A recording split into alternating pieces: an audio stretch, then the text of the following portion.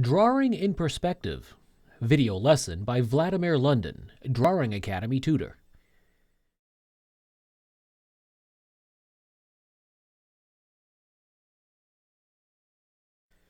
The tower has 8 columns, 2 at each side.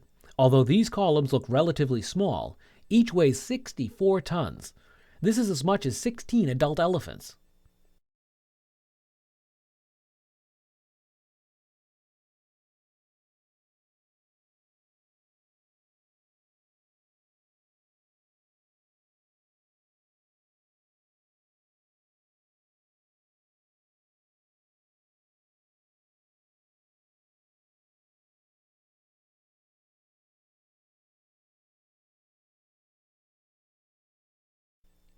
I'm using perspective lines to determine the position of the second tower that is farther away from a viewer.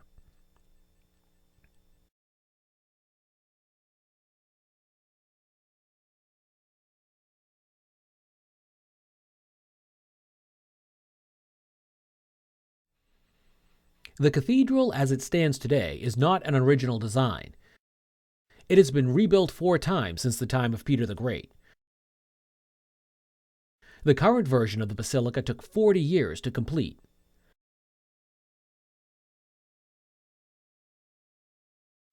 Every exterior column of this cathedral is a monolith, carved from red granite. With all the achievements of contemporary science and industry, today we still don't have the technology to cut hard stones with the precision that is present in the St. Isaac's Cathedral columns.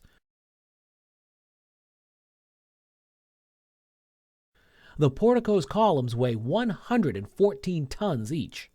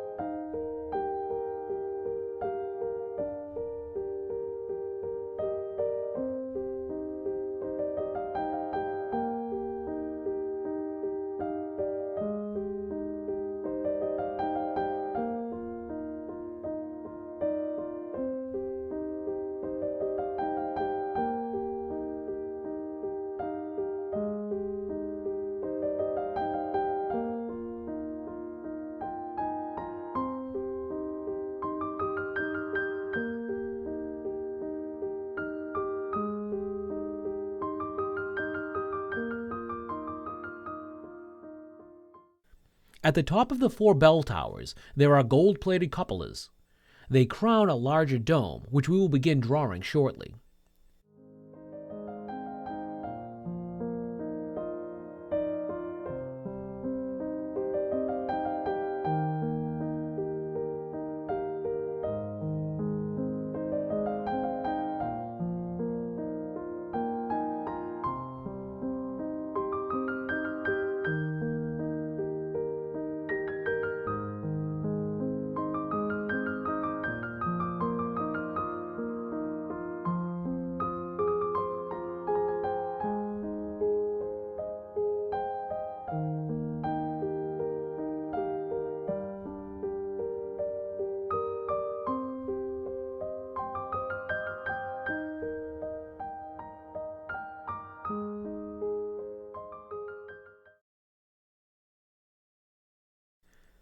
The cathedral's main dome is located centrally.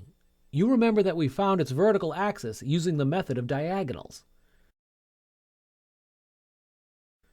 Now it is time to depict the dome's lower drum. It has a cylindrical shape, hence its architectural name, Rotunda. I mark its width on the horizontal line. This horizontal line is the main axis of the oval that is a circular top plane of the drum cylinder seen in perspective. I mark the height of this oval. The width to height ratio of this oval can be measured in life and replicated in drawing. There are also other geometrical methods of defining the width-to-height ratio, which I will present later in this video.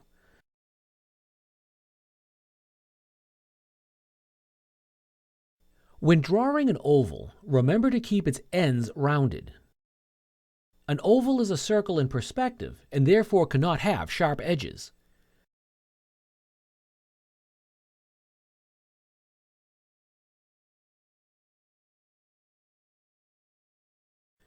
With one oval in place, we can now define the width-to-weight ratio of another oval, which is located at the top of the rotunda's colonnade. To do so, we draw two virtual tilted lines in one-point perspective that go to the vanishing point on the horizon.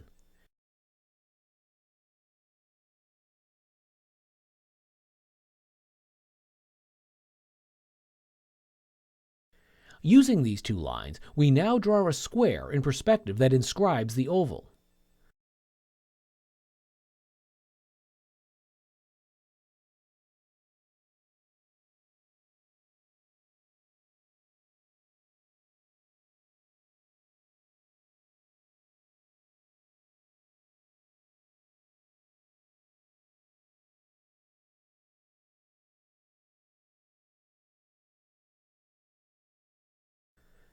From the two edges of the oval, we draw virtual vertical lines going upward.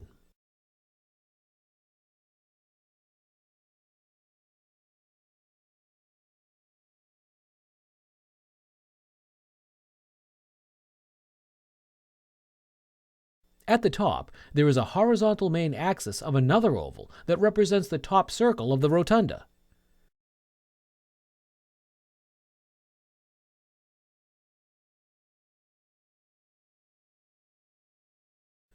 The intersections of the horizontal axis and vertical lines are marks through which we draw two more tilted lines in one-point perspective. These tilted lines go to the same vanishing point on the horizon.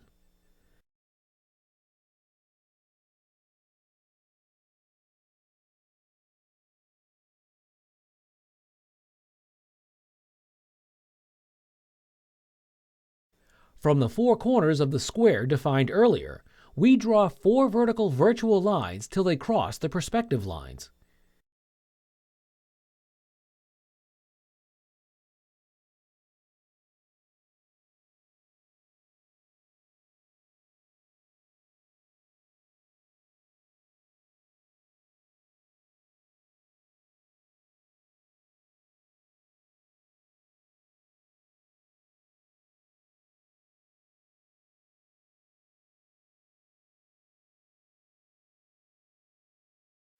Here is another square in the same one-point perspective, which gives us a cuboid with its bottom plane shaded in gray.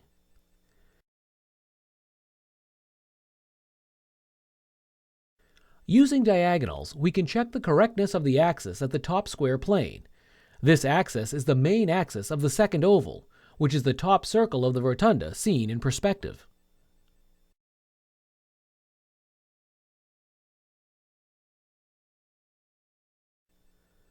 Inside the top square plane, we draw the oval.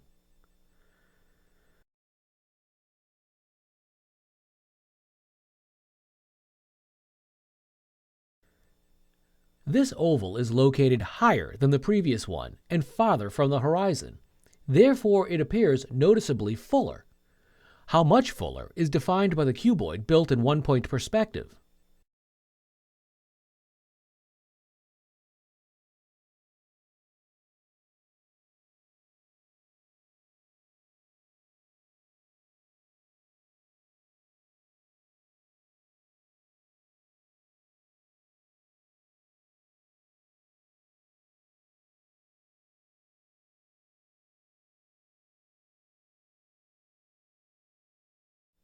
At the top of the main drum, there is another one, which is smaller in diameter.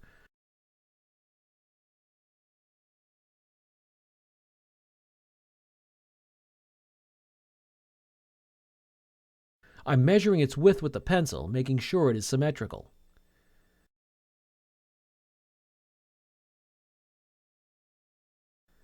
Through the two red points that represent the width of the smaller drum, we draw two more lines in the same one-point perspective.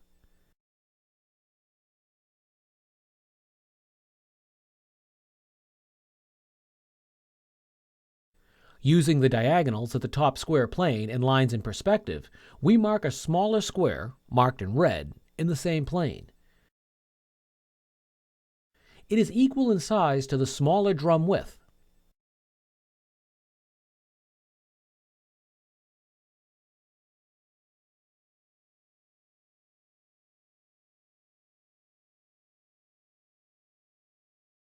Inside of this red square, we draw an oval, which is the footprint of the smaller drum.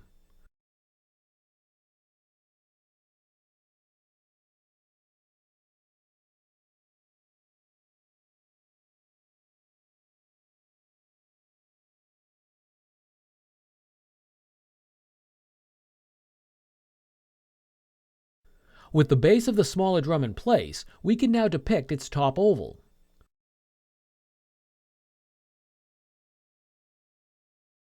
Its width is marked with red dots through which we draw two more perspective lines.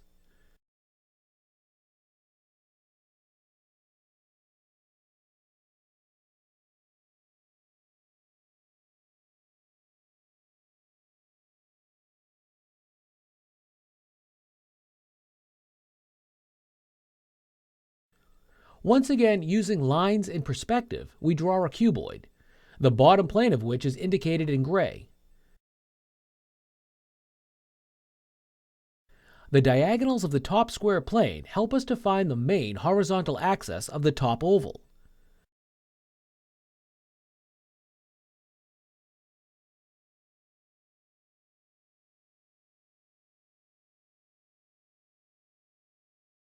Inside of this top square, we draw an inscribed oval.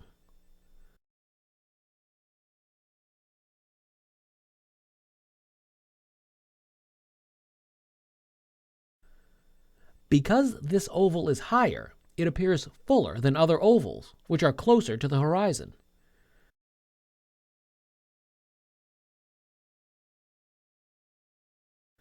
Above the top drum, there is the main cupola with a rounded shape.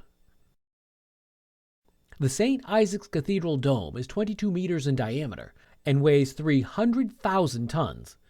It is plated with more than 100 kilos, or 220 pounds, of pure gold.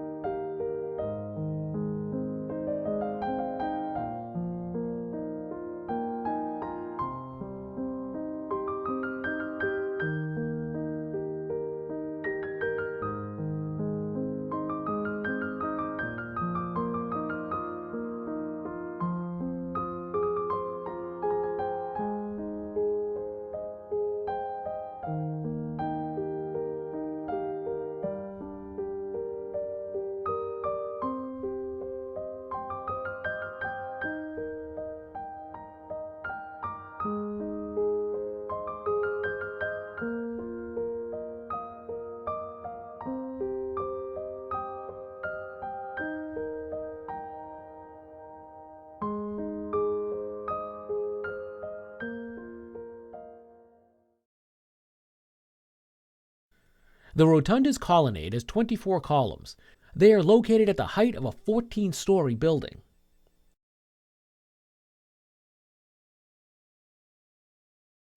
Drawing equally spaced columns arranged in a circle presents a challenge, but I will show you how to solve it with precision.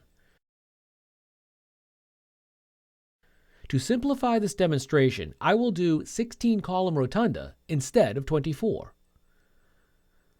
I'm measuring the radius of the rotunda and making several marks with that radius to build a semicircle just beneath the rotunda.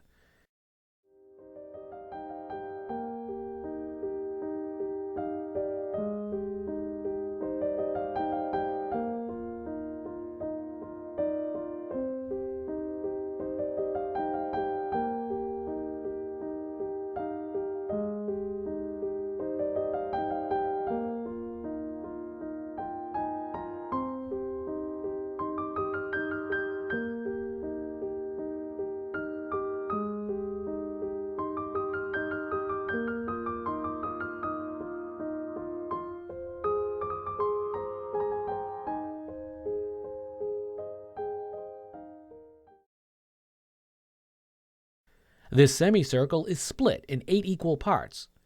To draw a 24-column rotunda, you would split it into 12 parts. At the end of each radius, I place a small circle representing the column's footprint as seen from above. Using vertical projection lines indicated in red, I mark the location of every column on the rotunda. These equally spaced columns appear in the side view with the necessary precision. As an artist, you can draw such columns measuring distances by eye rather than drafting architectural plans. The columns of the St. Isaac's Cathedral are done in the Corinthian Order, which means the column's height-to-width ratio is 10:1. The Corinthian Order has the most elaborate capital, which is too small to depict in detail in this drawing. In the Drawing Academy video course, I dedicated a separate video lesson to how to draw Corinthian Order capitals. There are 2 big arched windows on the cathedral's facade. The right one is visible in our drawing. There are 24 statues standing on the roof. I draw those statues as simplified shapes rather than describing them in detail.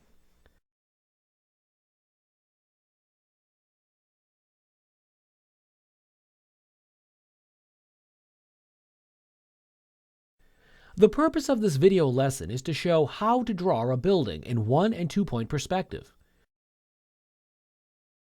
If you want to learn how to draw figures and portraits with the full knowledge of a human anatomy and correct proportions, you can enroll in the Anatomy Masterclass.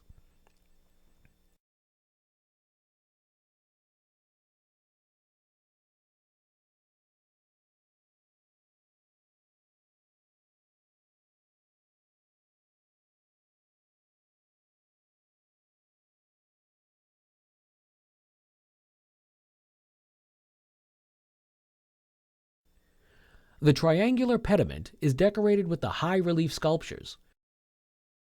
I'm giving only a suggestion of this decoration instead of drawing each figure.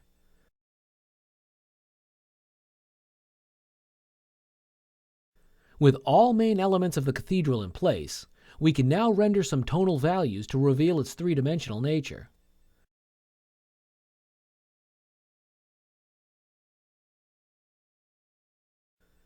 I suggest that the light is coming from the top left corner and render the right wall in shade. There is the cast shadow beneath the portico's roof.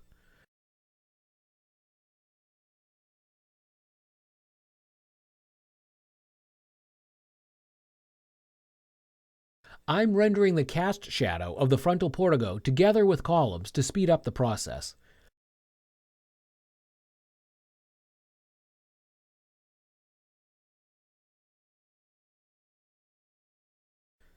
Even deeper cast shadows can be rendered between columns. Traditional tonal rendering techniques are fully presented in the Drawing Academy video course.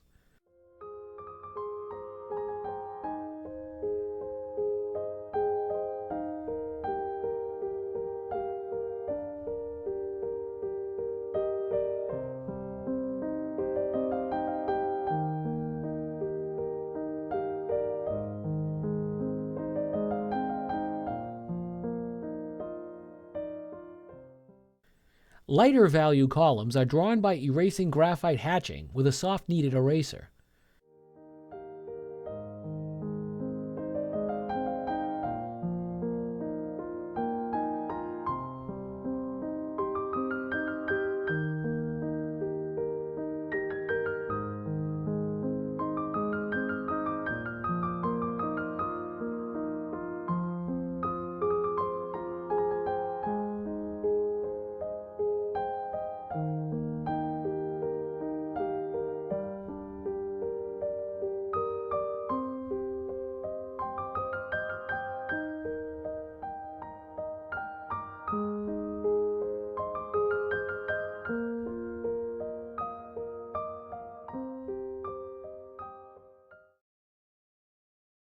All virtual helping lines can be erased at this point, as they serve their purpose well and are no longer required. This step is optional, and you may decide to keep those lines to make constructive drawing more interesting.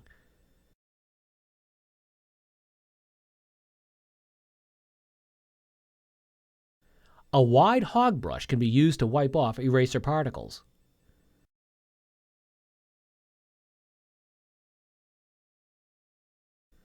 I continue rendering tonal values, gradually building up a required tone.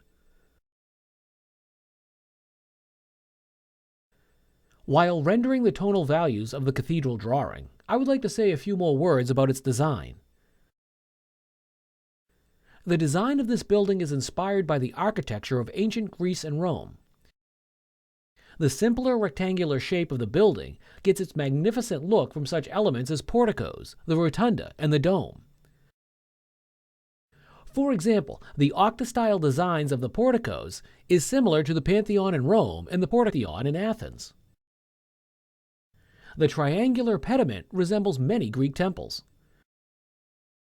The Corinthian Order columns are slender and glorious. The columns of the St. Isaac's Cathedral deserve a separate word. There are 112 red granite columns in total, including 48 at the ground level. Each column is cut out and erected as a single block. Each stands unsupported under its own weight, bearing the colossal weight of the dome and roofs. The dome has a cast iron structure and is the biggest in the world that uses such construction. It is decorated with 12 statues of angels that were not cast but electrotyped, which was a brand new technology invented in Russia in 1838. These statues are 21 feet high, but the metal is only a few millimeters thick. There are many more interesting facts about this cathedral, including the biggest malachite columns in the world. Let's come back to our drawing, which is almost complete. I hope you enjoyed this video. To learn traditional drawing techniques, enroll in the Drawing Academy course.